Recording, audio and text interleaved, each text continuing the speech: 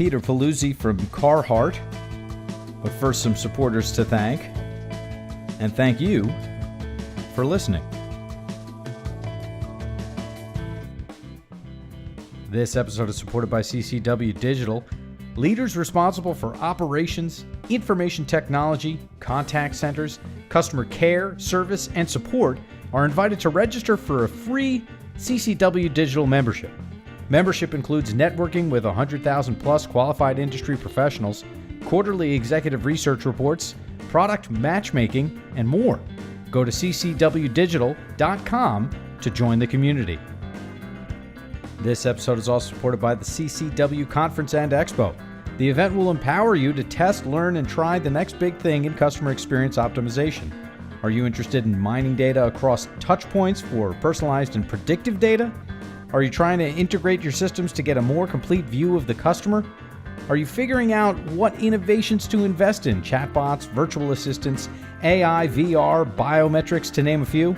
Go to callcenterweek.com to register. Recorded at Next Generation Customer Delivery, Peter Paluzi joins us explaining that the bond between his brand and customer was forged by Hamilton Carhartt, supplying the need of the railroad worker. Peter is a self-described manufacturing guy who's had experience on the plant floor all the way through the executive office. He shares his vantage point going from LL Bean to Timberland to Haynes to Jockey, seeing the control of the industry go from brands in the 70s and 80s, giving way to the retailer in the 90s, and finally to the customer today. He explains that his brand is aligned with the customer first and discusses living in a silo doesn't work anymore, as it's all about on-time delivery, flexibility, variety choice, the experience, service, and more. Welcome to CCW Digital on B2B IQ. I'm your host, Seth Adler. Download episodes on ccdigital.com or through our app in iTunes, within the iTunes podcast app, in Google Play, or wherever you currently get your podcasts. Peter Paluzi. All right. So when Lollapalooza came out, was there a whole bunch of conversation around? Did you have something to do with this? The Lollapalooza was more of my son's generation. Of course. And he took a lot of ribbon about it. Okay. And he did it in good spirits. I was oblivious to what Lollapalooza was.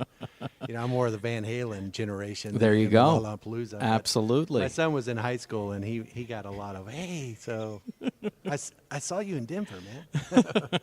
So as far as Van Halen, you'll remember Running with the Devil and things like this, yeah, there right? You go. You might as well jump. Now you're in my generation. Might as well jump, right? So Peter, Carhartt, a 130-year-old brand, so much passion. Right. I mean, you've got a consumer base that knows your brand. It's their brand. Is that fair to say? It is. I mean, we have amazing customer loyalty to our brand. We have a wonderful brand, and we live our brand. I mean, I'm not dressing today because I had to dress up a bit, but right. If you just see me yesterday, I was head to toe. So I'm a consumer as well. As far as so there's 130 years to talk about. Obviously, we can't do that. When, though, being inside, when was that relationship created? And then, it's nearly solidified. Obviously, you guys have to keep up, right. And you have to keep delivering. But when do you think that kind of unique relationship between brand and consumer was forged? I would encourage you to look at some of our marketing that's online. Okay. We have some great videos. Our marketing group is incredible Yeah. with understanding the brand, and it goes all the way back to Hamilton Carhartt and supplying the need of the railroad worker and right. recognizing. It's funny that as I go through this presentation and these conversations, I see that we're talking about understanding the consumer and understanding the customer. We were doing that 130 years ago, right. And we were solving their needs. And coming into the company 9 years ago, I knew of the company. I wasn't a consumer back then, but I knew of the company. I knew of the reputation because when you're in the same industry, you get to know who are the good ones and who aren't. Right. And Who knows what they're doing type of thing. Yeah. Right. And also who treats their vendors right and, who lives the brand. And Carhartt has had and still does have a good reputation. But now that I'm included in the Carhartt reputation, it's amazing. And we were solving our consumer needs 128 years ago and still are doing it. And so that slide that I put up there that talked about our consumer, Uh-huh. I mean, that Hamilton could have written that slide. Yeah, there you go. So, folks that are listening won't have the benefit of the slide, but, can you give us a quick overview so folks listening can kind of understand? Sure, of course. Yeah. I mean, the industry as a whole, and not just Carhartt, but the industry as a whole is understanding that the consumer is king. I think in the 90s, we were recognizing the fact that the retailers pretty much controlled the market. And then in the 70s and 80s, when I started in it, it was the wholesalers. It was Sure. the brands. Right. Then the retailers took it over in the 90s. They started consolidating. They had the power. They introduced private labels. Now it's the consumer, and it should have always been the consumer, to be honest with you. But the consumer has the choices. And the advent of these contraptions we all carry around with us, and our children and our children's children growing up on it, they just intuitively know where to go and where to buy and how much to pay, and they just won't put up with half-hearted effort. Yeah. And so we are aligned in our organization with the consumer first, and that and I don't want to say it's just Carhartt. It's really the apparel industry is having to recognize that. Sure, of course. So you say, with 9 years of history, and then you did just give us a great, kind of brief history of who has the power. So you kind of, in your history with Carhartt, went from, manufacturing, having it, to retailer, to consumer, right there under one roof. What has changed about, how you operate inside, if anything? Because you also said, hey, we could have had the same, I could be doing the same thing as 128 years ago. So what has changed over the last 9 years in relation to, brand and customer? Well, I can tell you that, again, within my experience, I've worked at L.L. Bean and Timberland Company, and they were manufacturers in their own right. Hanes Brands and Jockey, and they were manufacturers. And I tend to gravitate to that type of organization. When I started out in manufacturing, and I started out on the factory floor, and I used to service from factories, the demands that were on us, there was a much more divide. And it wasn't intentional, and it wasn't adversarial, but it was, tell me what you want me to make, and I'll make it. I'm a manufacturer. Right. Make up your mind. Right. Well, I'm happy here in my silo, right? I'm happy here in my silo. Right. You asked for 10,000, I'm giving you 10,000. What's the big deal? I'm a week late. Yeah. Why are you making such a big deal Come of on. it? And it was about manufacturing. And if you would change this fabric, if you would change this stitch, if you would change this pocket, we could save 10 cents. And so much of us operation folks were driven towards that type of efficiency. Well, the evolution, and I've been through it with other companies as well, if you produce 10,000 garments on time and they don't sell, what have you produced? And so it's about understanding what is it really that the customers are demanding and the consumer. It's on-time delivery, it's flexibility, it's variety, it's choice, it's the experience, it's the service, it's more than that. And so even an old sourcing dog like me understands that living in a silo doesn't work. That's not going to work anymore. Right. So you say an old sourcing dog. Let's get some history. Where are you from? I grew up mostly in El Paso, Texas. Okay. When we moved to El Paso, Texas as a family in the 70s, there was more, and I don't want to be quoted on this because I'm sure I'm making it up, but there were more jeans made in El Paso, Texas than the rest of the world combined. With the exception of Oshkosh, Wisconsin, maybe? Maybe Oshkosh, right? But those were smaller. Sure. Sure. Those are tiny. I'm not even sure if Oshkosh was a national around. brand. Yeah. Well, they were around, but I don't know how big they were back then. We were with Billy the Kid. My father was with Billy Kid, which was a similar Oshkosh type brand. Okay. And so we moved to El Paso, Texas when I was in grade school, and he was working in the manufacturing industry and had factories throughout Southwest Texas, New Mexico. Then he branched out and opened some of his own factories. We had a factory in El Paso. I went back and forth between college and worked in the factory. And then in my early 30s when I got married, I just went full-time into the factory. And I've been somehow associated with manufacturing ever since. Ever since. So you gave us a kind of an idea of what the factory floor was like when you were a young guy. After you went to school, where did you go to school? I went to Coronado High School, and then I went to New Mexico State University. New Mexico State. All right. University, and then I finished up online as an adult. Oh, So look at I you. went back and forth. Yeah, You're I like am. one of the new ones, I right? am one of the new ones, right? So after you got married and got back into the shop floor, there, I would imagine, basically at least a 5 or 10 year kind of gap there. What had changed at that point, and what year was that? Well, let's see. When was that? I got married in '87. Mm-hmm. I had been working on and off doing time studies and things like that. Mm-hmm. I had worked in it in high school, so there wasn't a lot of change. I'll be honest with Yeah. you. The '80s were about Consistency. Pile it high and let it fly. Right? It was about consistency and manufacturing. The basics of manufacturing and production are still true today as they were 100 years ago. I mean, you First in, first out. Right. Right. Manufacturers like continuity and consistency. They like long runs.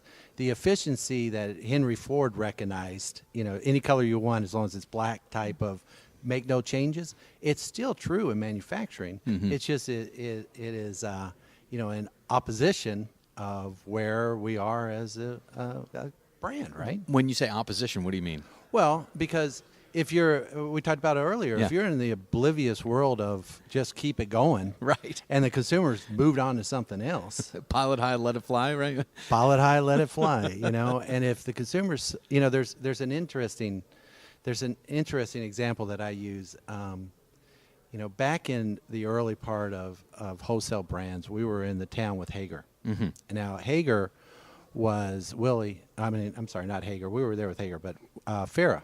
If you remember Farrah. I remember Hager Slacks or whatever. Yeah, right? Hager was Southern Texas, but Right. we were with Farrah in El Paso, and Farrah manufacturing was a similar product to Hager, and huge at the time, just huge in the 70s. They had the largest manufacturing facility I've ever seen in my life. Okay. In El Paso, Texas. It's now a mall, by the way. Oh, wow. But To give you an idea of the square footage right there. yeah, it was over 1 million square feet. I mean, it's now a big shopping center and all that. So it was, and Willie Farrah. For those of us that remember the Farrah slacks, Willie Farrah was a manufacturing genius at the time. I mean, Okay. he was coming up with ways of producing that we didn't even know of. Such as, give us an idea of the innovations. A lot of we are a labor-intensive industry, right? So it is about every piece of goods, every seam is handled by someone. So the work aids, the automation he would put in, the way he set up his lines, he had a machinist that would build his own equipment. So Oh, wow. that, figuring out ways of serging the side seams better than anybody else. Or joining parts together faster than the rest of the industry. And he wouldn't let people in to walk his floor. He's Would very not. protective. No. Very protective. That's IP right there. That's IP. That's the early stages of IP, right? So he was very good, and he was really good at manufacturing. Well, where's Farrah Slacks now? Because he was great at innovating manufacturing, but he didn't keep up with the consumer. And he would build a product back in the day, 60s and 70s. He would build a product, and then he would take it to his retailers and says, "Here's my line. What do you want to buy? Here's my line." Yeah. And then somewhere along the line, the retailers went, "No, Not so much, yeah. not so much." And so, we're kind of having a little bit more of a broad-based discussion, which I think works as far as retail kind of taking over. That the power from the manufacturer. Some of that had to do with Walmart, kind of Yeah, figuring it I out. would believe so. From inside, you're a manufacturing guy. Yes. When did you start to see that happening? How did it happen from the inside? Well, in the late 80s, and again, you might want to fact check some of this. That's fine. But in the late 80s, I'm going to early leave that 90s, alone, by the way, as Yeah. far as discussing facts. So we'll yeah, just move on. I try and avoid facts as much Absolutely. as possible. Well, sure. I find it easier. So, as somewhere in the late 80s, early 90s of my career, there became a consolidation at the retail level. Federated started buying up. The shoppers' choices really started to shrink, right? They started introducing, the retailers started introducing their own labels. Private label, when I started, I didn't even know what private label was. And Lord forbid there wasn't Google. Right. So, if you didn't know what it was, you were pretty much just stuck. That's right. You didn't know what it was, and that was that. If you didn't know what it was, well, too bad. Yeah, exactly. So private label, Call someone on your rotary phone about it, right? Exactly. Talk to them at the bar at night. Yeah. So, private label, of course, is where a retailer puts in product that they own the brand. So they not only enjoy the full markup, but they can also be very responsive to the market. Sure. Now, whether or not it started out as a way of being responsive to the market, I'm not sure. But they learned very quickly that they could read the trends faster than anybody else because they got the front line to the consumer. Right. And they were able to react quickly, whether it was special washes on jeans or, new marketing. So that when the private labels and the consolidation happened, the brands, which I was at the time manufacturing for some of the brands, Wranglers, Sure. VF, the brands realized in order to get to the consumer, they had to go through the customer, and the customer were retailers, and the retailers told you, this is what I'll buy, this is how much I'll pay, and this is who your competition is. Right. Now, you counter that by having a really strong brand, but even then, consumers don't have as many choices back then. So Right. So, and you're basically describing my high school years when I used to go to the mall, and there were my choices, and that Right. was that. Right? This is before, and now both of us sound ancient, but this is before, e-commerce and all that. Like you Right. said, Google.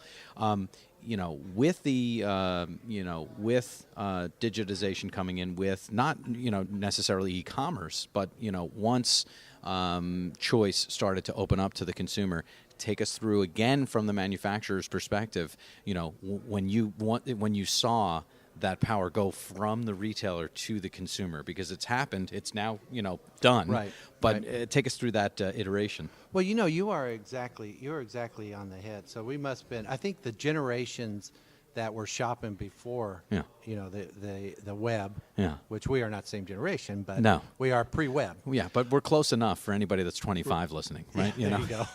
Yeah, right. So anybody that was shopping before pre-web, you went into the store and you said, "Do you have this?" And I'm 6'3", and I was always 6'3", and so they never had my length. Sure. And so I would ask the store, "When are you going to get 34s in these Levi's?" Couple we'll weeks. call you. Yeah. Yeah. Well, here's my number. Please call me. And you pretty much bought what they had, or you didn't buy it. And it in some ways made it easier because first day of school, everybody looked the same. Right. That's right. But then on the other side, if the store didn't have it, well, you didn't have any choices. And so the retailers truly, in my mind, owned the interaction with the consumer. Because what were you and I going to do, right? Not much. Drive to Dallas? Yeah. I mean, you were there. Probably not. Well, as soon as that opened up with web, and I can't think of a technology that brought more to the consumer experience than the internet. Sure. Maybe you can differ on that, but I can't think of anything. I'm not going to argue. As you're walking out the store, you're looking it up on the internet. There you go. And matter of fact, in some cases, before you get home, it's Yeah. already being shipped to you. So That's the and, power shift. Absolutely, and that's you and me as a consumer. But you're there on the shop floor, and I'm exaggerating. Right. Not so much anymore. But I still spend my time on the floor. oh, there you go. Yeah. Okay.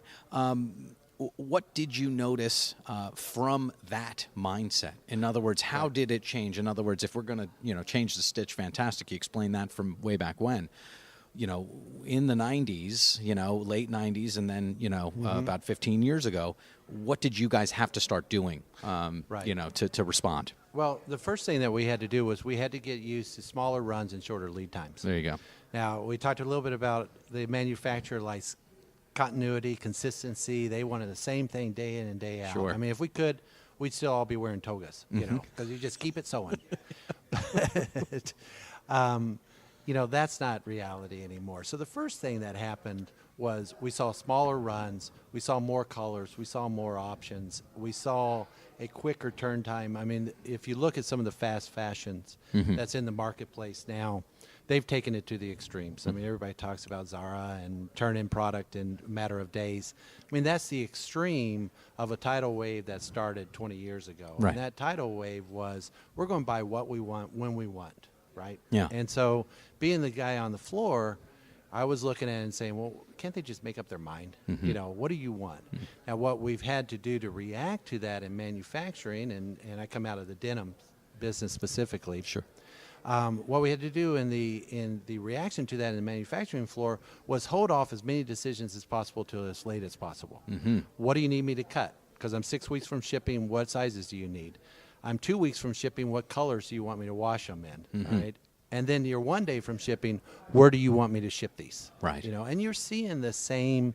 If you've been sitting through these presentations here, you're seeing that same mindset going through. You know, you have to set yourself up for a responsive supply chain, so the decisions that set your course can be made as late as possible. So, and so that brings us kind of to today, and you use Zara as an example. I'll keep it. And Carhartt, the consumer, not the same person probably, No. but the passion in each of those consumers would be, you know, absolutely at the same height, if you will. Right. You know, what are you doing now today? You explained the iteration and the change and the kind of, you know, what do I have to do right now? You know, when you go back to the shop floor this afternoon, you know, what are the first 3 things that you're going to be thinking about and that you're going to be doing in, you know, in today's world? Well, I had put a slide up there, and you know, I put the slide up there. It was one that I stole from Tompkin International, if you remember, and it was it really talked about how fast the world is moving and are we keeping up with it. And so you asked me, what are we doing? We do have different consumers, but that's just what product they're buying. As consumers, they're the same. I mean, they're Same still mindset. Same mindset. Highly mobile. You know, they're highly mobile and mobile. I like to say, because you know, there's no one place they shop. Right. You know, and they move around quite quickly. They live in multiple cities. You know, so if you recall the slide, and I apologize for stumbling over it, but if you recall the slide, we're talking about a connectivity from the consumer all the way back to the supply chain. Right. And so what is the first thing I want to do? What I'm doing now is trying to figure out how to get that seamless connectivity from what the sales force is seeing, what we're seeing on the floor, all the way back to the product we buy at the manufacturer. Now, the world is in manufacturing is getting longer and more complicated. We're in places as an industry in Egypt and South Africa, and even though I'm not personally manufacturing there, you're seeing the world expand and become more complicated. Sure. We still have to have the connectivity. So number one, full connectivity to the front end, right? Not the separation of what do you know, make up your mind so I can do it, but what do I got to do to be along for the journey? Right. The second thing is really strengthen, or equally important, is really strengthen the alliance. You know, it is a combination with your suppliers, right? Symbiotic may be the right word for it. Sure. Our suppliers have a vested interest in seeing us succeed. You know, and a sophisticated supply chain recognizes the fact that this is not an arm's length transaction. This is not a purchase order that's fulfilled. This is a joint venture in order to get product that's going to make us both successful, as far as I was set up. So building a strong supply chain that's responsive continues to be very important. And then third is the resources, the people. I mean, we, you know, I continue to advocate for strong resources and the people that understand the market and aren't just about manufacturing. I mean, I grew up, you know, in an era where manufacturing got me the job. But this generation, what gets them the job is understand the full spectrum. They understand the business. They understand the margin. They understand the consumer. They understand the manufacturing. So a strong resource base that's well educated in, you know, the market itself. How difficult has it been? You seem like a pretty friendly guy, so I would imagine it was easier for you than others. But, you know, we opened up by saying, I'm happy here in my silo, and we're finishing by saying there are no silos. There are no silos. So as far as how difficult it was to completely change your entire mindset over the past, you know, I think you said 30 years. 30 years, thank you. You want to point that out? Don't look at, doesn't look a day over 6 months, right? How difficult was that to bridge the divide for your own kind of just, you know, it happened, we just explained how it happened, but for your internal mindset, how difficult was that to kind of tackle? Well, I enjoy, you know, I don't know how gregarious or outgoing I am. You know, I'd have to look at my profile. Yeah. Okay, you know. But I am a manufacturing guy. Sure. So I'm used to more of that controlled pace. One of the things I've enjoyed, and one of the cornerstones of my career has been, I have always looked for ways to make myself relevant. Sure. I've been through a lot of companies. I've worked with a lot of people. I've had a lot of demands. I've had a lot of mentorship. But one thing that I recognize that in anyone in their career, and this is advice I would give my son as well as people getting ready to retire, you better be looking for ways to keep yourself relevant, because this world changes so fast. You know, what got you the job won't keep you the job, right? You've heard that adage? Absolutely. So I've always looked for ways to get relevant. And so I recognized, you know, with Jockey and Hanesbrands and LOB and as far back as that, hey, these guys here, they have a need. They want, you know, this group, these salespeople, the merchandisers, you know, the men and women that are in the front end of the business, they want a partnership with supply chain. They want to understand it. And so I took the opportunity to learn from them and also insert myself into it. And I'm still trying. There you it's go. It's still a challenge, right? Absolutely. If everybody's the customer, right? Right. If everybody's a customer, internal customers, external customers, consumers, so. The whole bit. Yeah. All right, so I've got 3 final questions. I'll tell Okay. you what they are, and then I'll ask you them in order. What has most surprised you in work? What has most surprised you in life? And then on the soundtrack of your life, one track, one song that's got to be on there. Oh, all But right. first things first, what has most surprised you in work? And you might have touched on this, but... Well, what surprised me in work, you know, I am amazed, and I continue to be amazed with the intelligence and the enthusiasm and the maturity of the workforce that's coming in. Okay. You know, and now I'm a boomer. Yeah. Right.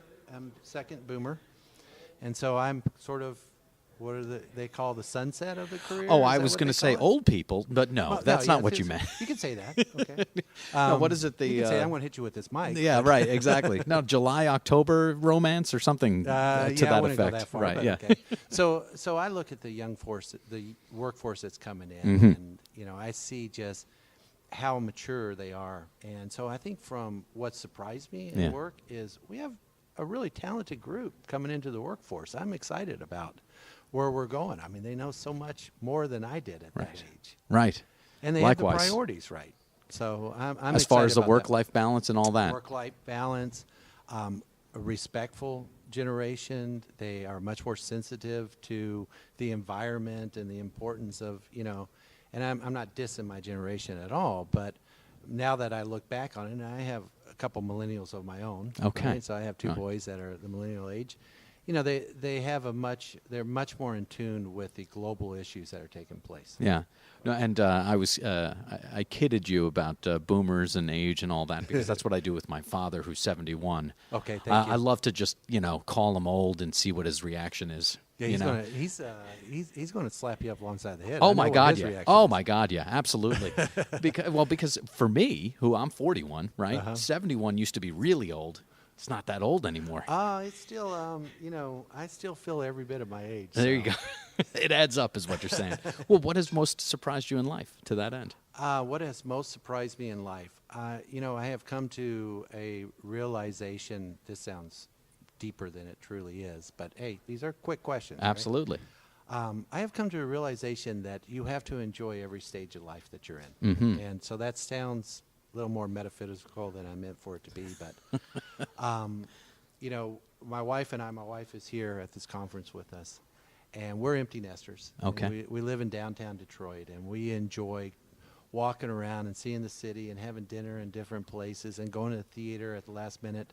And as much as we enjoyed having kids there, we look in and say, every part of our life we enjoyed. When the kids were small, we lived in the Southwest, very similar environment, and did a lot of outdoor activities. So I think that, I've learned, or what surprised me in my life is that, there's not an age in which it's over. You just keep transitioning, and I'm looking forward to the next transition. And so, because when I was your age and when I was my son's age, I was going, oh God, what's life after 40, right? Right. Yeah. No, I've certainly stopped thinking of about that because I'm experiencing it. Right. You know? What's life after 40? It usually doesn't involve staying up till 2 a.m.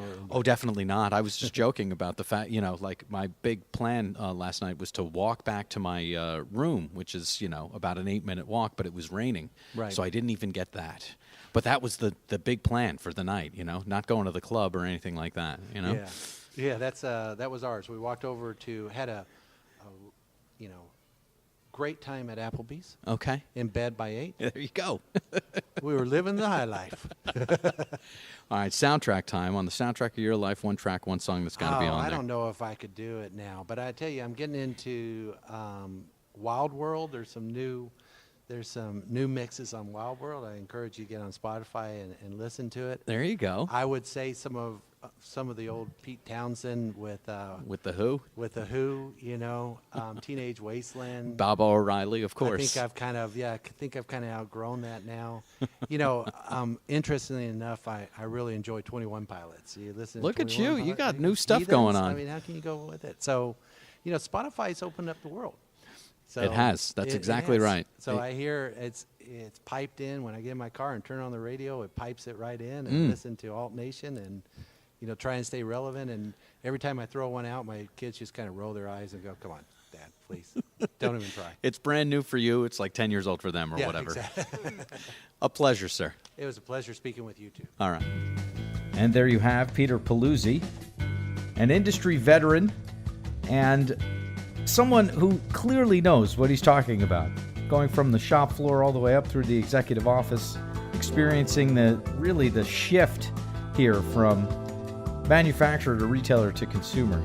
So, interesting conversation. Very much appreciate his time. Very much appreciate your time. Thanks for listening and stay tuned.